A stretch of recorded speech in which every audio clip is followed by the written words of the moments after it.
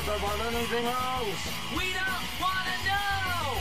We're dedicated, yes, to our favorite shows. Oh, my circuits. Everybody loves Hypnotoad. Scary Dog. Pearson at Blurnsball. Futurama. Good evening. You are listening to TV Party Tonight. I'm your host, the mandated reporter, and frankly, I'm a disfigured Phantom of the Opera mess, Mr. Mark Radledge. As you can probably hear, still having some jaw and lip problems, but we're going to muddle through this.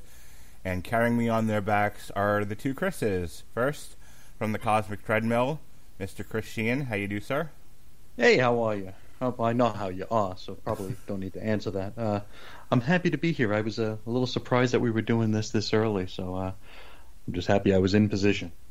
As if I have anywhere else to be, actually. We're always happy to have you. And then, of course, from the Superblog team-up, Mr. Chris Bailey. How do you do, sir? Feeling good, feeling fine. Working on some low-tech here. Hopefully that everybody can hear me, because I got lots to say about said Hell in a Cell. All right.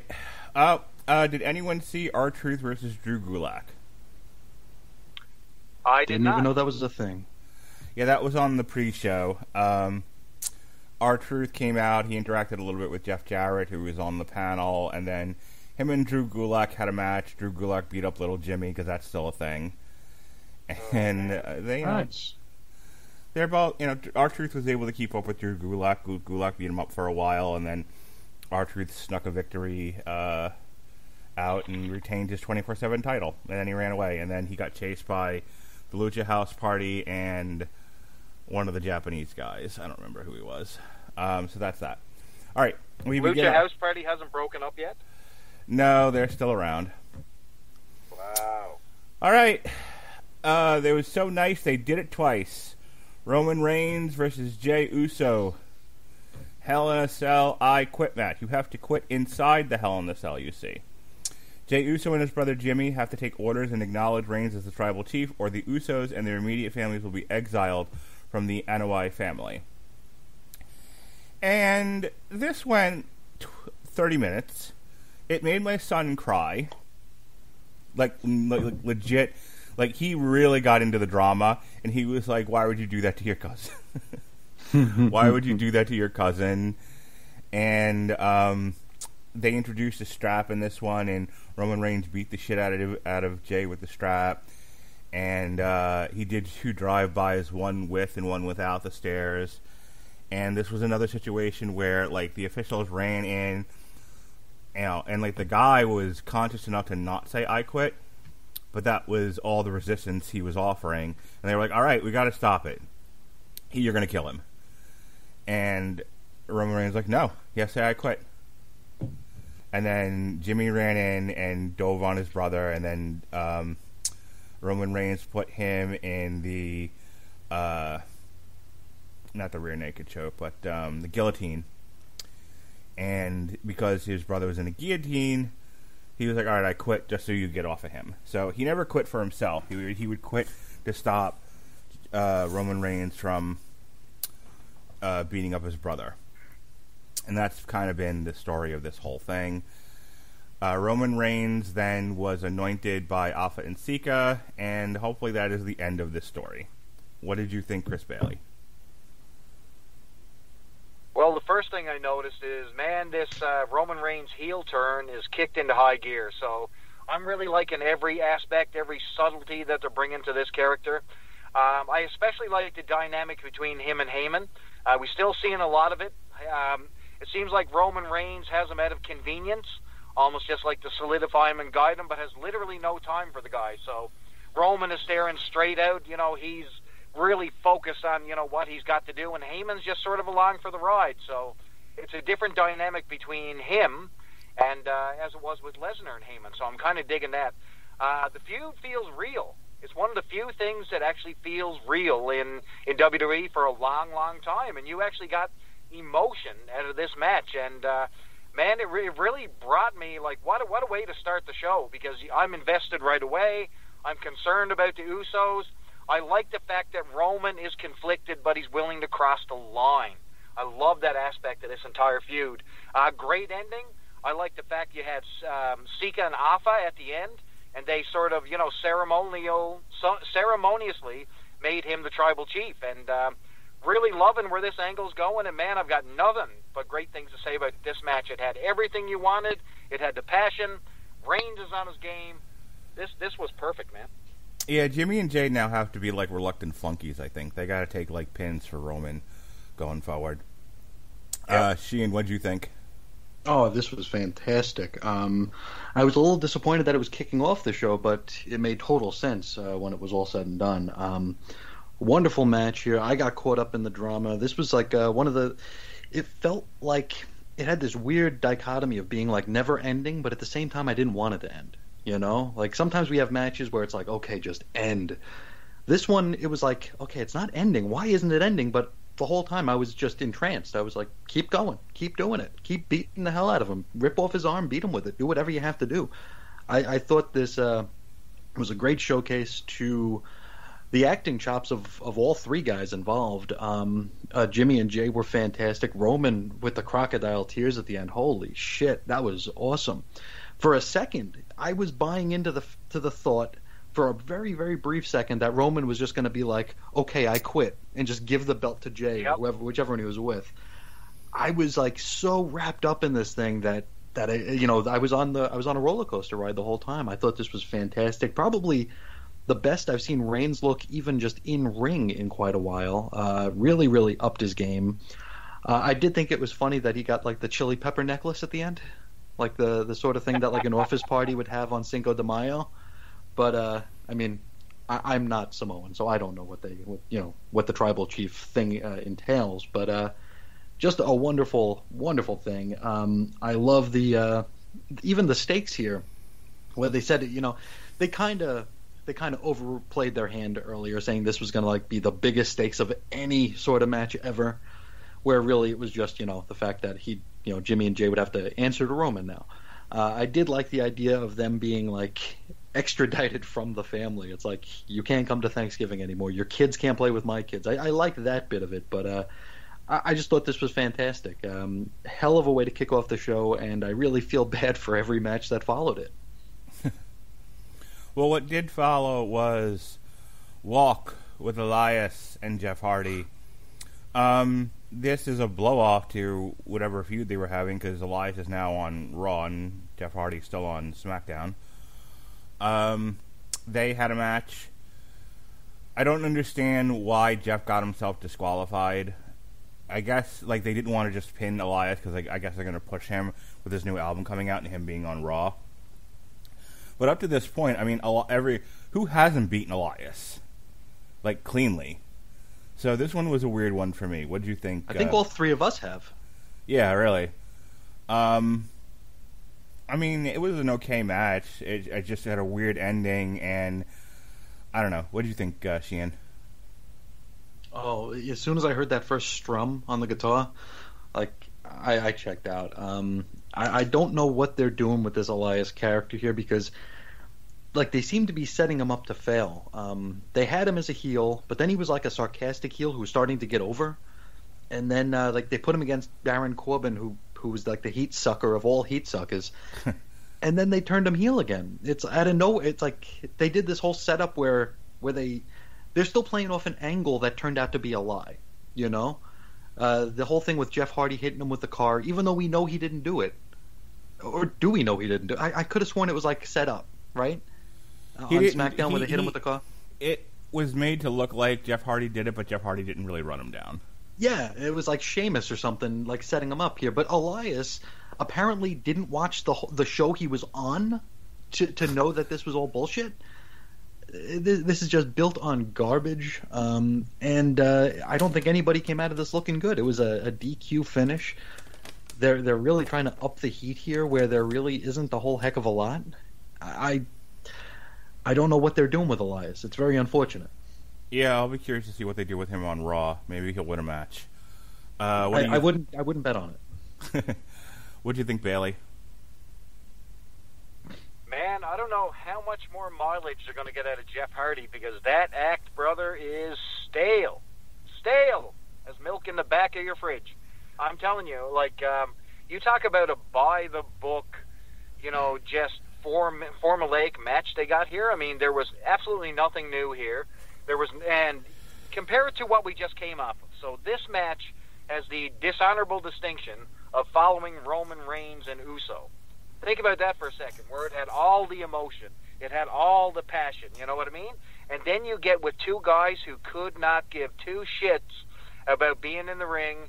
Jeff Hardy is barely an acceptable, photocopy of Jeff Hardy years ago. I mean, he's broken up.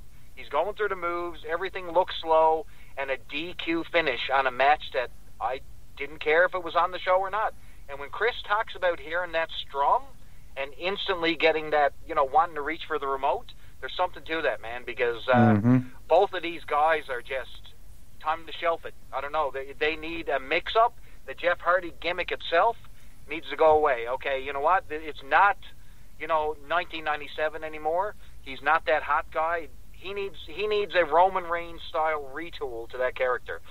And heaven forbid he ends up like he had something going with his brother there when he was Brother Nero.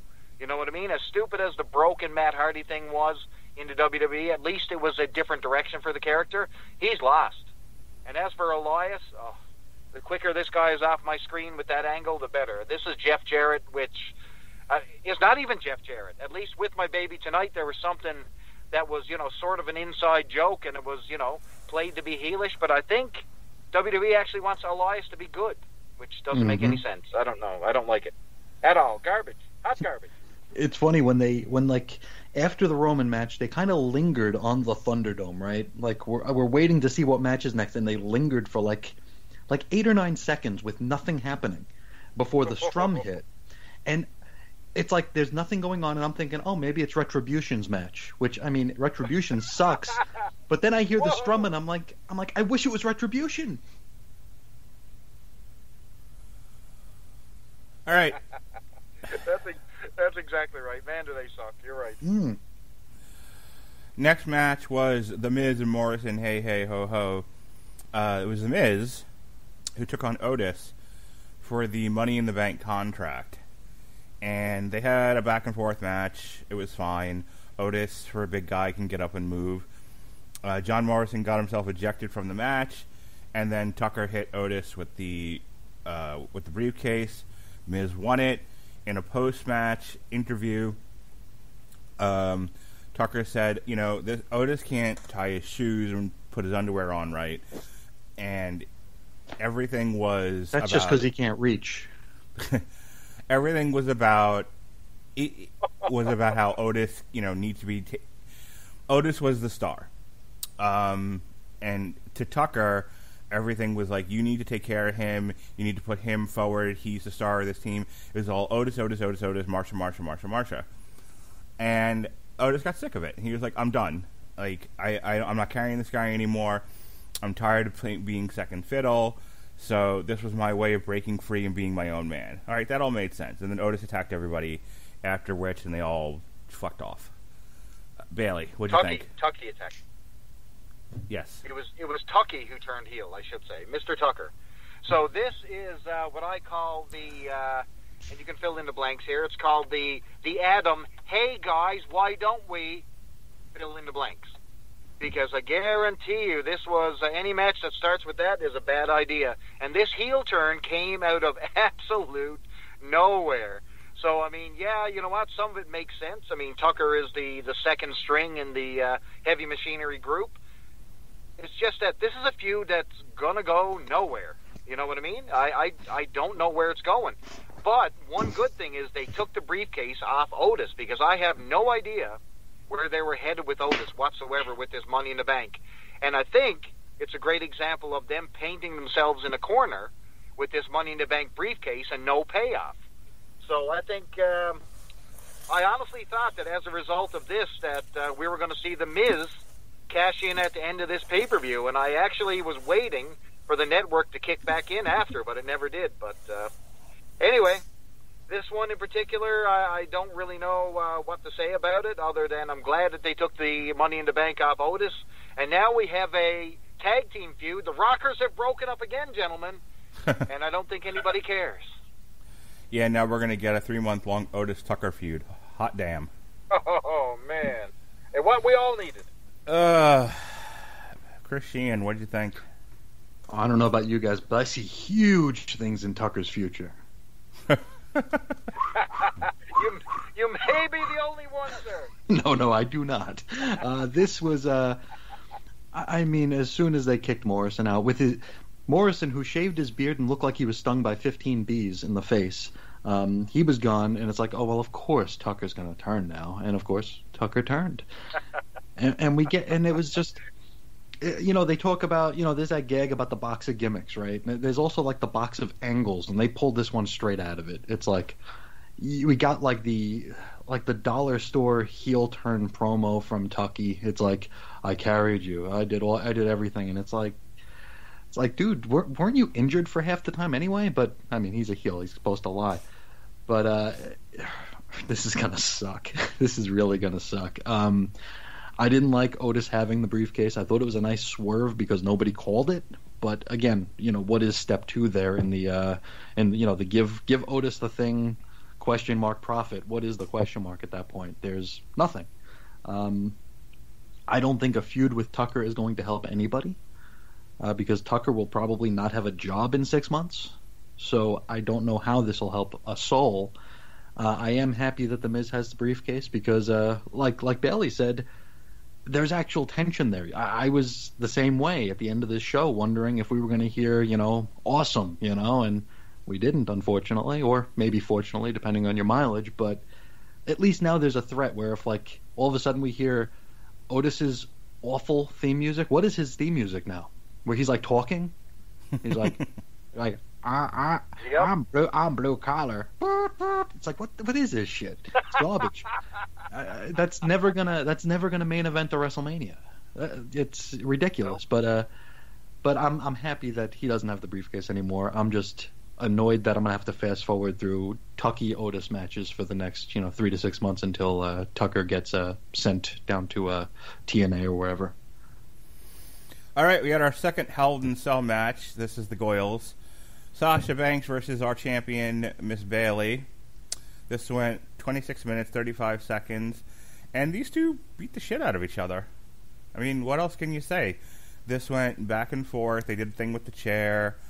For a lot of it, Sasha Banks looked like she was, just kicking out of everything that Bailey threw at her. And eventually, she was able to turn the tide and put Bailey in the bank statement.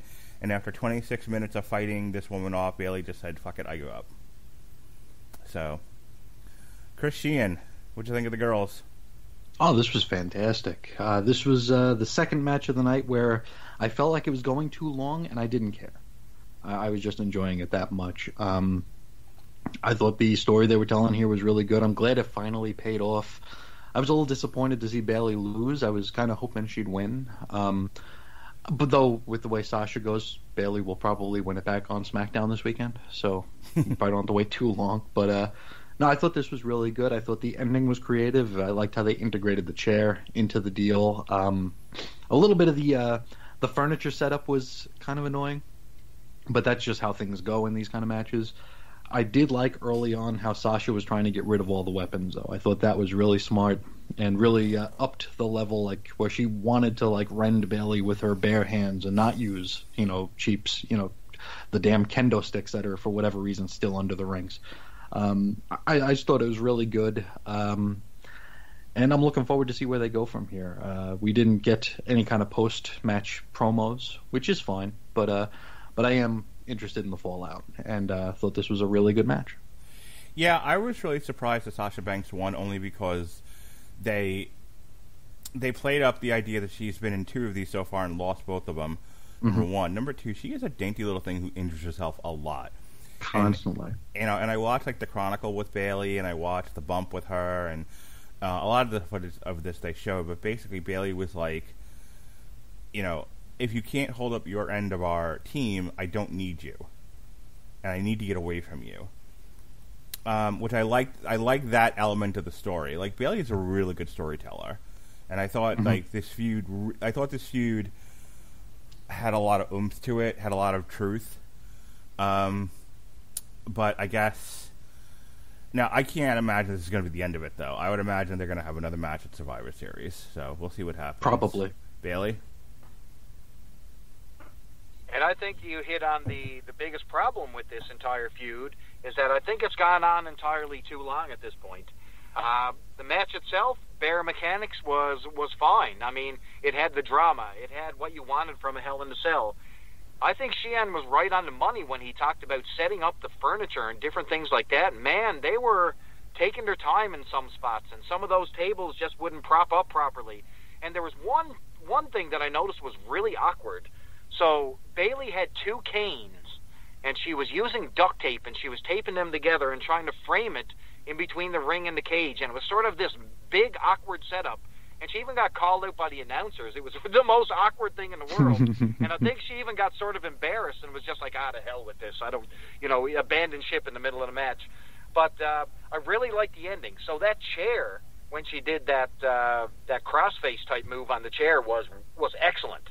I mean, it really, really, enforced the move, and she kept yanking back and forth on the move and really emphasizing it. And I think you had the heat here.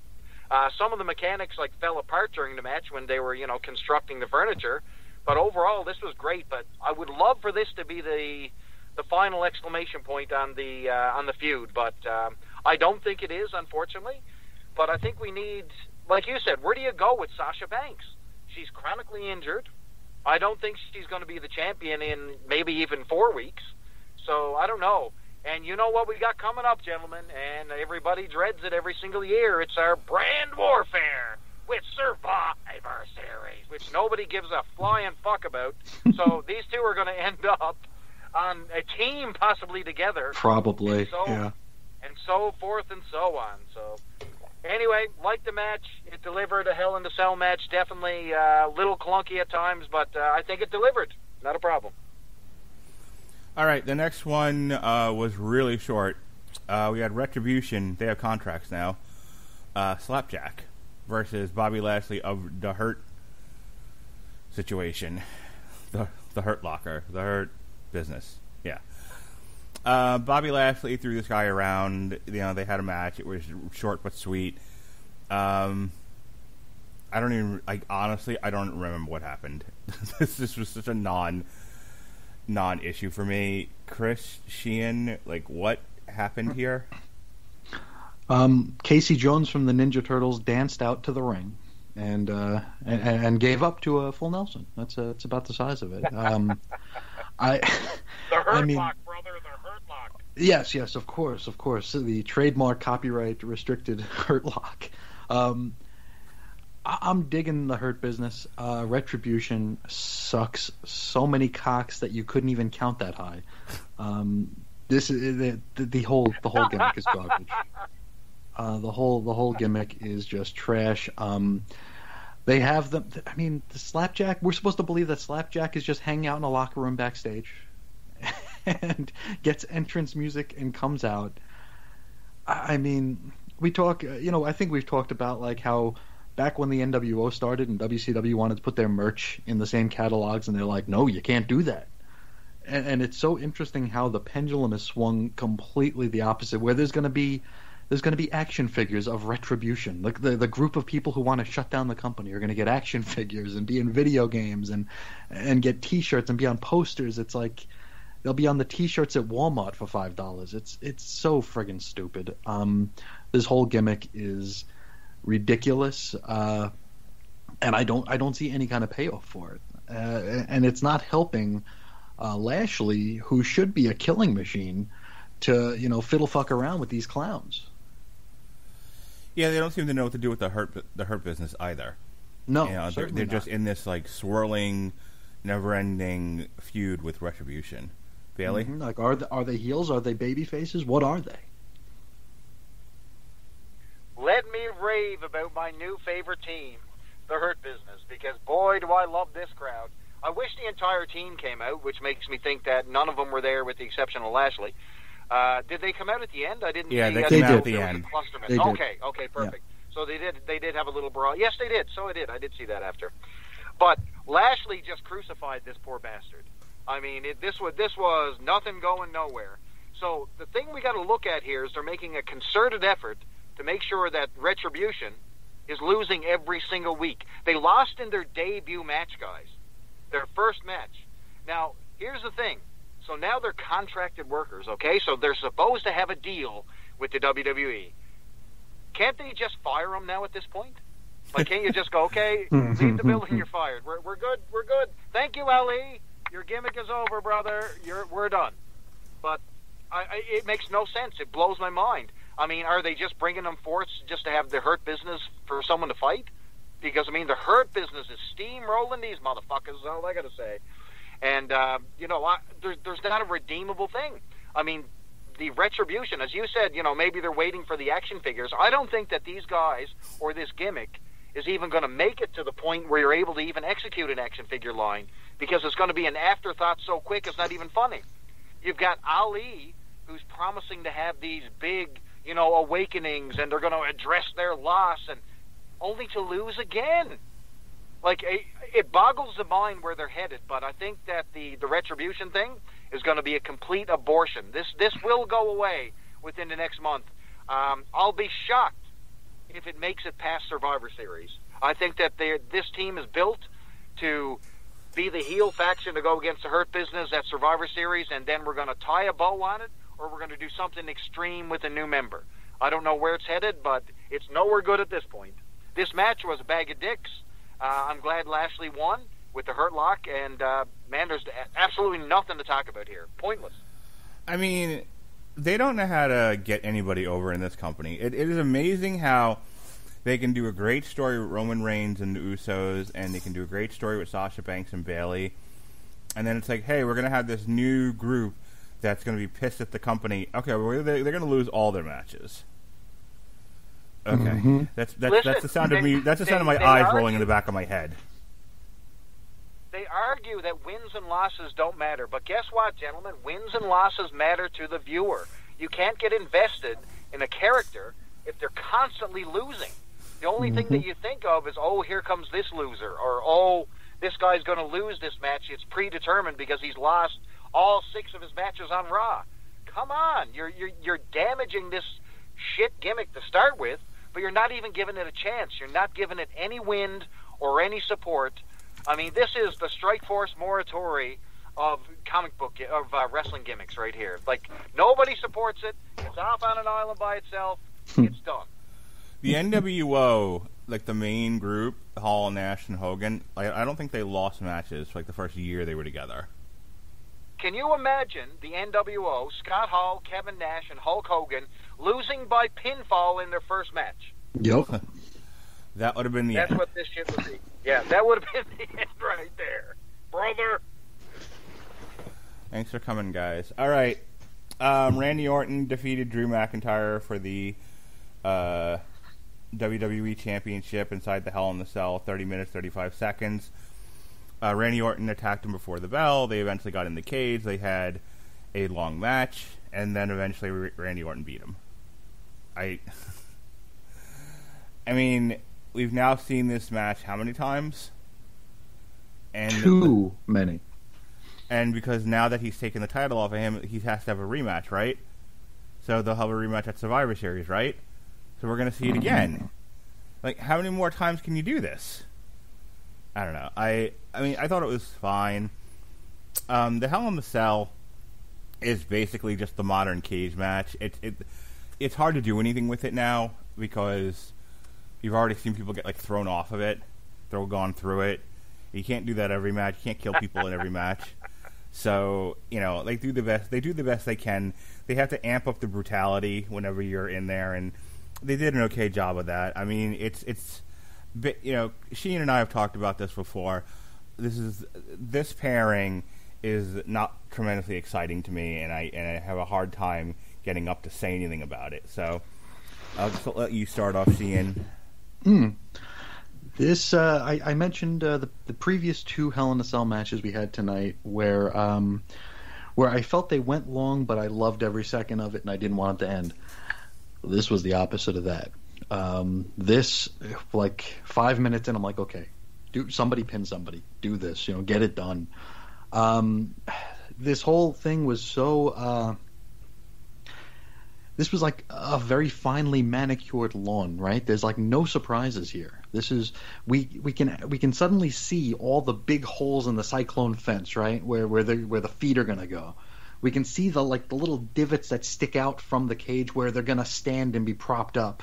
We can see all that stuff where I didn't notice it in the other matches, but in this match, all I could do was see, oh, there's a big hole there. They're gonna step up the cage there, and of course that's exactly what they did. And they went to like the exact spots where, and I mean, suspension of disbelief in pro wrestling is like, you know, that train left the station ages ago. But I'd like to lose myself in some of these matches, especially a supposed blow off, which it won't be, but like a match that is usually, branded as a big blow off, or at least that's how it started out to be. The whole thing was just so by the numbers. Randy Orton somehow had a lead pipe on top of the cell, so I guess it was a lead pipe on top of the cell the entire night, and nobody knew. He goaded Drew up there so he could hit him in the leg with it, or wherever the hell he hit him with it. And then they did like the most contrived falling off the cell bit that I think we've ever seen. Oh man, it was like that episode of I Love Lucy with Superman on it, where like she went out to the ledge outside the apartment. It's like there was a giant ledge around the damn cell where they stood and slapped each other on the back softly until one of them let go. And the way Drew fell was crap. It's like he did this like weird like flat back bump on the table that was already cleared off, and the announcers were already 20 feet away from it. And then he spent the rest of the match coughing up fake blood. At least this time, though, the referee was in on it and put gloves on to pretend it was real. So there was that. The ending, I know the whole meme with Randy Orton is out of nowhere, but it was out of nowhere, and it was a really, really bad-looking RKO, but it got the win. And then Offit and Sika came out and put beads on Randy's neck. We're all good. Bob Orton put a chili pepper cast on Randy's hand. Like you said, Mark, this is going to be, we're in rematch purgatory. We're in this era where there's too damn many pay-per-views and everything is rematch purgatory. It used to be there's just Backlash was the rematch show, and now every show is the rematch show with so little in the way of new creeping its way in. And what little that does creep in the new is absolute garbage like Retribution. So it's like, where do we even go? I'm not looking forward to this continuing, though I will say I'm happy that Drew McIntyre finally got a main event. I don't know that he's had one since WrestleMania. I might be wrong, but I could swear that he's always in like the second to last match or the opening match. Here he gets the main event, but he loses. So I guess that's pretty much everything you have to say about his reign. Champion ever in this company. Wait. Tom Phillips said that he had a legendary title reign and had many legendary moments in his title reign. So I guess we'll have to agree to disagree. Tom Phillips is a sock puppet. I can see the mouths moving, yeah. But this match was way too long. They put too much effort into making it feel epic. Where, I mean, this is the era of moments, so all we're going to see is Drew falling off the cage. We're not going to see that they were propped up on a giant ledge. We're not going to see the giant holes in the cell. We're just going to see him falling from for the next several weeks. And I just don't need to see it. And I didn't need to see this match, and I don't want to see what's to come.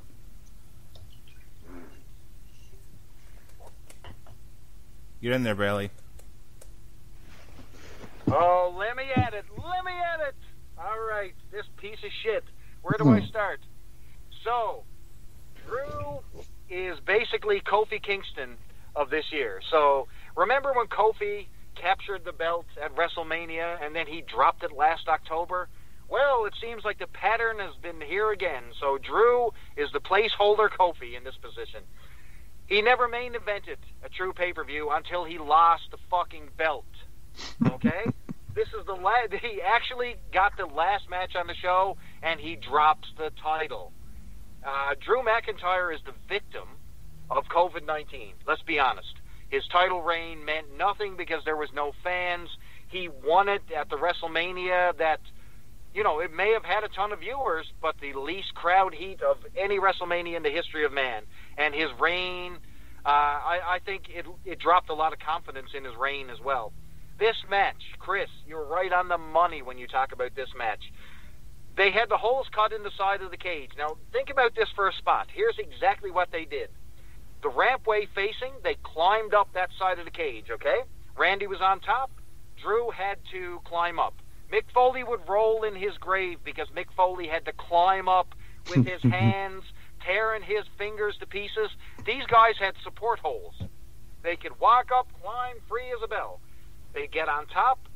They go down over the other side. So now you've gone up, you're on top, and now you go down over the other side, and you stand on a ledge. Now, the fall. Let's talk about the fall. Go out to the woods, and I want you to chop down a tree, and I want you to get a log. And I want you to just throw it off your roof. That's how Drew McIntyre fell. It's like he braced for it. There was not a natural thing about that fall. He looked like a log of shit falling from the sky. It was embarrassing. The entire match was just an atrocity. I don't want this to continue. I wanted Drew McIntyre's reign to end. Give the belt to him when you actually have an audience, because it did not work this time. And I don't think it's all necessarily Drew's fault, because I think there's something there. But Randy Orton is not my favorite wrestler. But guess what, man? I couldn't wait for him to get that belt off Drew. I don't care who they give it to, but the one thing that I was waiting on, I was just waiting for the Miz's music to come on and take that belt back. I was like, okay, they did that. Here comes the fucking Miz. And I would have popped hard if the Miz came out. Just imagine. You know what I mean? His music hits, the boys come out, they kick his ass, boom, it's all good. But it didn't happen. It didn't happen. And the only thing that I had over this match, this was the worst Hell in the Cell on the entire show. Very formulaic. And I know they're victim of past Hell in the Cells where you're sort of shackled by, you have to do the big bump, brother. But these guys didn't even lead up to a Shane McMahon crash pad bump here. This was the worst bump of all the bumps. And this includes Rikishi falling off the Hell in the Cell into the bed of hay. I mean, this was the worst. The log of shit, Drew McIntyre, falling from midway on the cage. They didn't even fall off the top. They fell off the side. Oh, so much wrong with this. Survivor Series, man, I don't know. I just may give up WWE for 2 months. Because I don't think I want to see brand warfare. I don't want to see that. Can they coexist on the same team? Oh my God! I don't even care. But anyway, this was a mess. This was a mess. The show overall, I mean, it was fine, but this one didn't hold up its end of the bargain here. Yeah, this was another stretch another in a long stretch of B shows, where the two main two out of the 3 Hell in the Cell matches were really good, and everything else was kind of filler and cool off matches, and they served their purposes. They were short and inoffensive. Sheen and I talked about this, I think with like Payback or Clash of the Champions, where it was like nobody has necessarily bad matches, like where people are like falling down and they can't execute moves and stuff like that. That's not what you get with the WWE. With the WWE, you get like horseshit, and that becomes the problem. So, here, what was supposed to be the best stuff was mostly the best stuff. Other people, I'm sure, may have loved Randy Orton, Drew McIntyre, because they love both guys. So, I'm going to go ahead and give the show a B. What do you think, Sheehan? I'm actually sort of a fan of Orton and McIntyre, and I thought I don't think they work well together. And together they I think kind of like Voltron. If you put Drew McIntyre and Randy Orton together, they form Baron Corbin. Just the ultimate heat suck, right? But on their own, I think they're pretty okay. But I think this show really delivered on those first 2 Hell in a Cell matches, just like you said there. The wisdom of starting the show with the hottest match, probably of the quarter. I mean, I'm trying to think of a match that I've been more invested in this year. That was probably the match of the COVID era, in as far as storytelling, drama, even just the physicality in action. The wisdom of putting that first when you don't have a crowd that you're trying to fire up, I don't get it. Usually those are the matches that you put on first just to get the crowd invested and get them heated and get them popping. Here we didn't have that. We have the canned heat that, was chanting holy shit. Really? But I think starting the show with that match did the rest of the show a giant disservice, because there was no way you were gonna even sniff that sort of drama moving forward. No matter what Drew and Randy tried doing with their manicured cage, there was no way they were going to beat the Roman match. I think I'd probably go B for the show overall. All right. The next time we'll be reviewing wrestling, it'll be me and Chris Bailey. That'll be November 10th, because Full Gear is November 7th. And then we'll all be back for Survivor Series, which is November 22nd. And we'll review it Tuesday, the 24th. So that's what's What going about on the there. Shitsy show? Oh shit, that's right. Sorry. Literally. This Friday we'll get together. We will get together again, and we will. I have $5. You get a $5 footlong, right? Yuck. This Wednesday is the NXT Halloween Havoc show. We'll take a look at it, and we'll review it for you this Friday, October 30th. All right, go ahead and give your plugs, Mr. Bailey. Oh boy, let me see what I got going on here. So myself and Chris Sheehan will finally be launching Quester Days. Episode 2 is about to debut in the next week or two, and I gotta say, I'm looking forward to diving into some ElfQuest. It's gonna be a fun old time. And we've actually had somebody who requested us come back. Imagine that. If you're a podcaster, one of the things you look forward to is engagement. And when someone actually says, hey, where's episode 2? You got to dig down deep, brother, and you got to get episode 2 to the dance. So looking forward to getting back on the hog with that one. That's going to be a great time. Let me see what else we got going on. Later on in November, we got Super Blog Team Up coming back at you at the beginning of December. And some announcements will be made throughout the course of November on that one. So that's going to be some fun times as well. So, and another little project that maybe next time I'll shed a little bit of light on our next show. So going to be some fun times ahead for Chris Bailey. If you want to catch me, check me out on the Twitter, at Charlton_hero. And I actually have a Tumblr on the go, which is, I have no idea what it is, but I'm sure if you search Charlton Hero on Tumblr, you might find something. It's a few animations and all that stuff. If you like comic books and like comic book cover animations, and you should go there and check that out. And maybe even give me a like, because the only likes I have are the 2 that Chris gave me. So thank you, Chris. Mm-hmm. There you go. That's me. I'm out. All right, Sheehan, you're up. Oh, I got nothing going on. You can go to chrisisoninfiniteearth.com or chrisandreggie.podbean.com if you want to, but you probably don't. All right, folks, thanks for joining us on TV Party tonight. For the Podsmen, be well, be safe, and behave.